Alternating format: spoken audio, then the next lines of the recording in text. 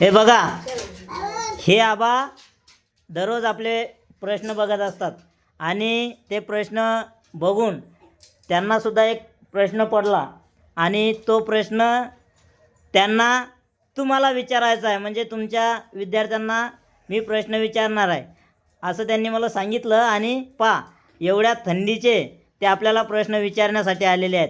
तर त्यांचा प्रश्न आपण ऐकूया.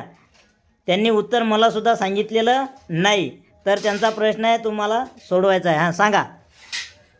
जमिनीवर चालणारा प्राणी आहे, बिगर मुंडक्याचा आणि बिगर रक्ताचा कोण आहे?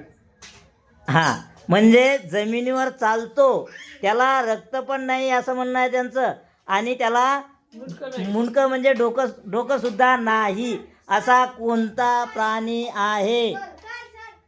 हां, सांग धीरज, धीरज सांगणार आहे. नाही.